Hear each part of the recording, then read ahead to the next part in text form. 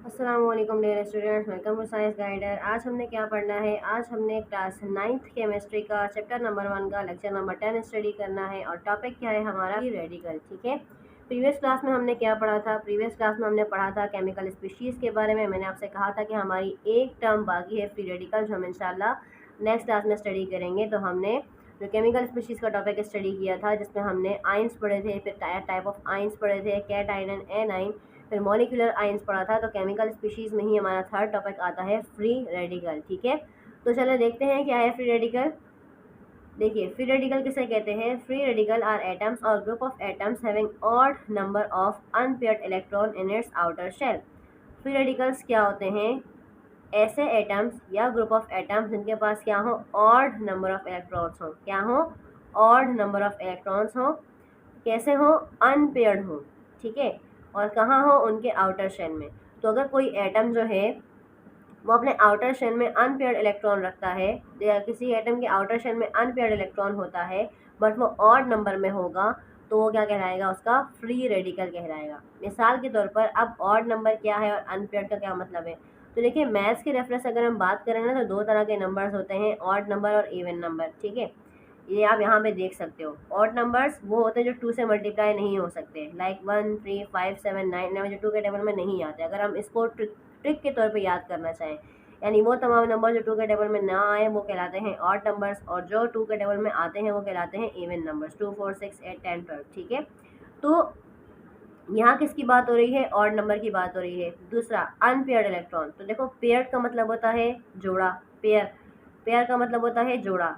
और हमें ये बात पता है कि एटम्स के अंदर इलेक्ट्रॉन हमेशा पेयर की फॉर्म में होते हैं, बट कोई कोई अनपेयर्ड भी होते हैं। ठीक है, तो पेयर का मतलब होता है जोड़ा और अनपेयर्ड का मतलब होता है सिंगल इलेक्ट्रॉन, अकेला। तो फ्री रेडिकल क्या होते हैं? ऐसे एटम्स या ग्रुप ऑफ एटम्स जिनके आउटर शेल में अनपेयर्ड इलेक्ट्रॉन्स हो, यानी सिंगल इलेक्ट्रॉन्स हो, बट कैसे हो? ऑड नंबर्स में हो, तो वो क्या कहलाते हैं? फ्री रेडिकल कहलाते हैं। ठीक है, अब ये देखिए, फ्री रेडिकल की रिप्रेजेंटेशन कैसे की जाती है, यानी फ्री रेडिकल को हम किस तरह से लिखते हैं, किस तरह रिप्रेजेंट करते हैं। अगर कोई एटम फ्री रेडिकल बनाता है, अपना फ्री रेडिकल बनाता है, तो उसको कैसे रिप्रेजेंट करेंगे, कैसे पहचानेंगे भाई फ्री रेडिकल कौन सा है? Free radical is represented by putting a dot over the symbol of an element. जो एलिमेंट भी अपना फ्री रेडिकल बनाता है, उसको किस तरह शो किया जाता है? उसके ऊपर एक डॉट आता है, निशान आता है, किसके ऊपर? Over the symbol of an element, element के ऊपर। मिसाल के तौर पर हाइड्रोजन के ऊपर ये जो डॉट है, ये बता रहा है कि हाइड्रोजन का फ्री रेडिकल है। ठीक है, क्लोरीन के ऊपर डॉट है, that means chlorine free radical. H3C का डॉट है, यानी CH3 फ्री रेडिकल। ठीक है, यहाँ तक क्लियर हो गया कि फ्री रेडिकल किसे कहते हैं? वो एटम या ग्रुप ऑफ एटम जिनके पास ऑड नंबर ऑफ इलेक्ट्रॉन्स हो आउटर शेल में, बट अनपेयर्ड हो, तो वो क्या कहलाते हैं? फ्री रेडिकल कहलाते हैं। उनको कैसे रिप्रेजेंट करते हैं? डॉट की फॉर्म में। ठीक है, अब आगे हमारे पास क्या है? फॉर्मेशन ऑफ फ्री रेडिकल या how free radical is form. अब फ्री रेडिकल क्या है, कैसे बनता है फ्री रेडिकल? ठीक है, नॉर्मली तो ये एग्जिस्ट नहीं करता ना, ये किसी वजह से बनता होगा। नॉर्मली तो अपने नॉर्मल स्टेट्स में एग्जिस्ट करते हैं। तो फ्री रेडिकल कैसे बनता है, कब बनता है, तो अभी हमने ये जानना है। तो देखो, free radical are form by homolytic breakage of bond between two atoms. ठीक है, यानी फ्री रेडिकल कैसे बनता है? जब दो एटम्स के दरमियान, यानी जब दो एटम्स आपस में बाइंड हुए हुए हों, दो एटम्स की बॉन्डिंग हुई हुई हो और उनके दरमियान होमोलाइटिक ब्रेकेज होता है। देखो, मैंने आपको प्रीवियस क्लासेस में बताया था कि होमो हेट्रो वर्ड्स जहाँ पर भी आते हैं उनके मतलब सेम है। तो यहाँ पे अगेन होमो का वर्ड आया है, तो होमो से मुराद होता है सेम। ब्रेकेज का मतलब होता है टूटना। यानी फ्री रेडिकल कब बनता है? By homolytic breakage of bond between two atoms. जब दो एटम्स के दरमियान जो उनका बॉन्ड होता है वो होमोलाइटिकली टूटता है। होमोलाइटिकली का मतलब होता है सेम या इक्वल। ठीक है, यहाँ जो होमो का मतलब है वो सेम ही है, लेकिन दूसरे सेंस में हम इसको इक्वल भी बोलेंगे इस टॉपिक के लिहाज से। और तो उसकी वजह से क्या बनता है? फ्री रेडिकल बनता है। व्हेन एटम एब्जॉर्ब्स हीट और लाइट एनर्जी। अब इसके लिए भी कंडीशन है। ठीक है, क्या कंडीशन है?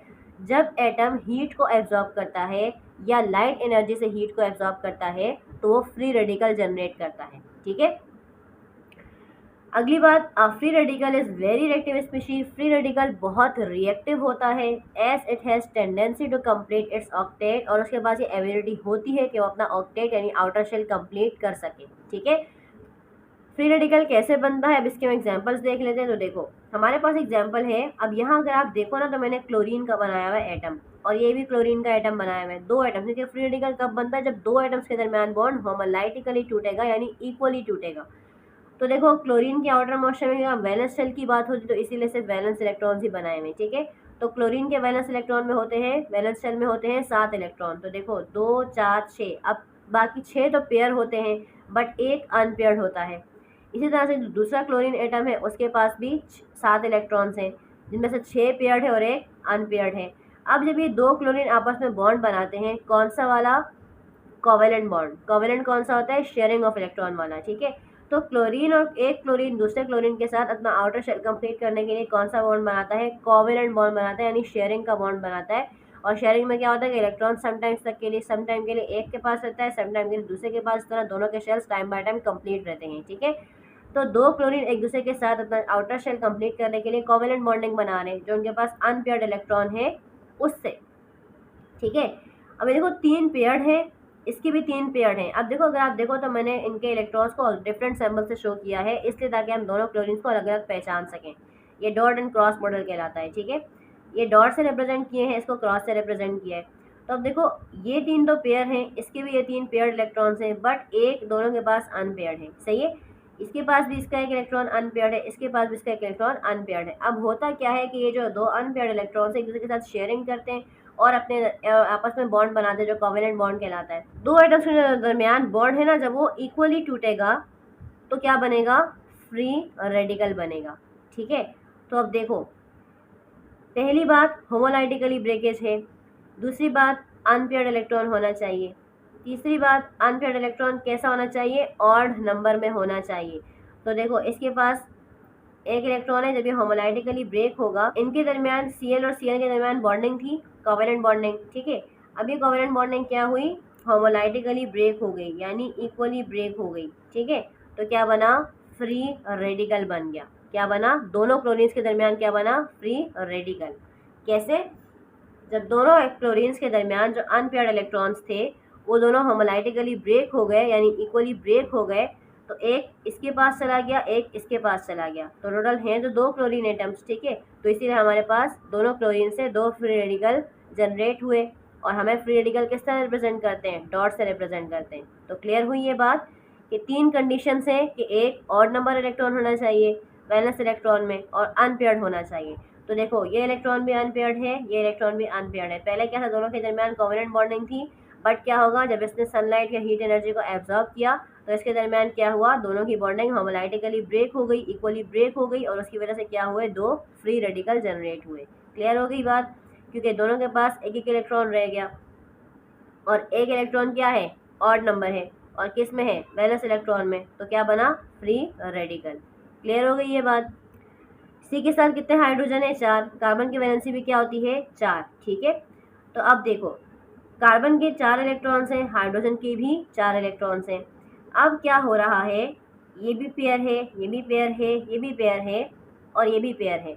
अब जब ये वाला पेयर्ड इलेक्ट्रॉन होमोलाइटिकली ब्रेक हो जाएगा तो क्या होगा, CH3 का एक फ्री रेडिकल जनरेट होगा और एक हाइड्रोजन का जनरेट होगा। कैसे, देखो ये वाला पेयर जब होमोलाइटिकली ब्रेक होगा तो एक इलेक्ट्रॉन इसके पास और एक इलेक्ट्रॉन इसके पास, तो इसके आउटर शेल में एक वैलेंस इलेक्ट्रॉन, एक खाली रह गया, एक इलेक्ट्रॉन अकेला, और एक क्या है, ऑड नंबर है, तो CH3 एक फ्री रेडिकल बनेगा, और क्योंकि हाइड्रोजन के पास भी एक इलेक्ट्रॉन रहा तो ये भी क्या बनेगा, फ्री रेडिकल।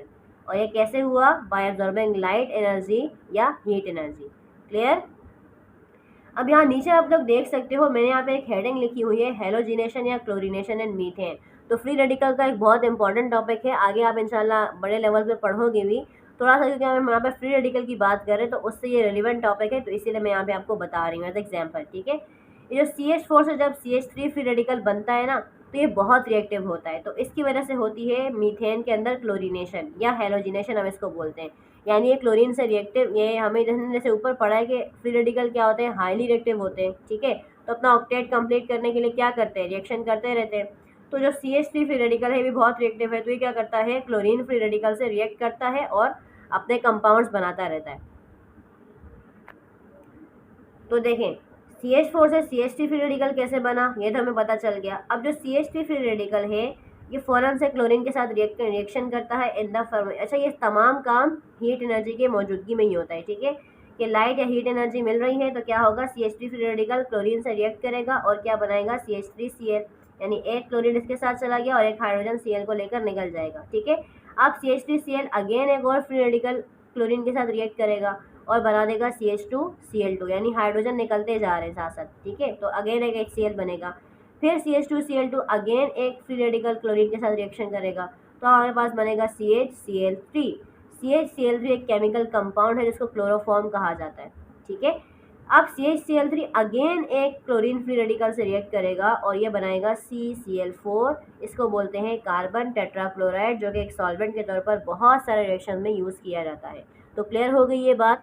तो आज हमने क्या पढ़ा कि फ्री रेडिकल क्या होता है, फ्री रेडिकल की रिप्रेजेंटेशन क्या होती है और फ्री रेडिकल किस तरह से बनता है और उसकी हम एग्जाम्पल वाइज उसको किस तरह समझ सकते हैं। होप्स हो कि आपको ये टॉपिक समझ में आया होगा। अगर फिर भी कोई चीज़ रह गई हो या समझ में ना आई हो तो आप मुझसे कमेंट सेक्शन में पूछ सकते हैं, ठीक है। वीडियो को लाइक करें, शेयर करें, चैनल को सब्सक्राइब कर दें। इंशाल्लाह नेक्स्ट क्लास में हम नेक्स्ट लेक्चर स्टडी करेंगे जो कि होगा how to write chemical equation.